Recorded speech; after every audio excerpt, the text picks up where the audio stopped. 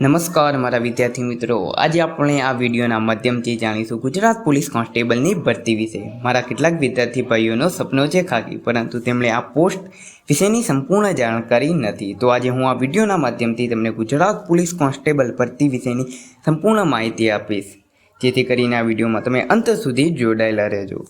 આ વિડીયોમાં આપણે વાત કરીશું કે આ પોસ્ટ માટે શું ક્વોલિફિકેશન છે, એજ લિમિટ શું છે, physical standard, running, return exam અને બેઝિક સેલેરી શું છે તેની ચર્ચા કરીશું।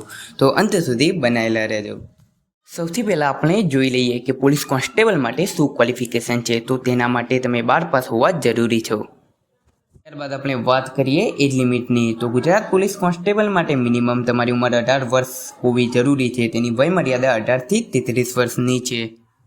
એજ લિમિટમાં અનામત કેટેગરી જેમ કે SC, ST, OBCમાં રાજ્ય સરકારના નિયમ મુજબ છૂટછાટ મળશે। ફિઝિકલ સ્ટાન્ડર્ડની તો તેમાં પુરુષ ઉમેદવાર માટે 165 એટલે કે 165 સેન્ટીમીટર હોવી અનિવાર્ય છે।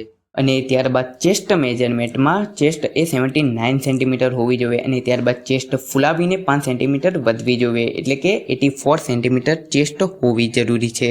ત્યારબાદ આપણે વાત કરીશું મહિલા ઉમેદવારની। મહિલા ઉમેદવાર માટે હાઇટ એ 155 સેન્ટીમીટર હોવી અનિવાર્ય છે। હવે વાત કરીએ રનિંગની। રનિંગમાં પુરુષ ઉમેદવારને 5 કિલોમીટરની દોડ એ 25 મિનિટમાં પૂર્ણ કરવી પડશે, જ્યારે મહિલા ઉમેદવારને 1.6 કિલોમીટરની દોડ એ 9 મિનિટ અને 30 સેકન્ડમાં પૂર્ણ કરવી પડશે।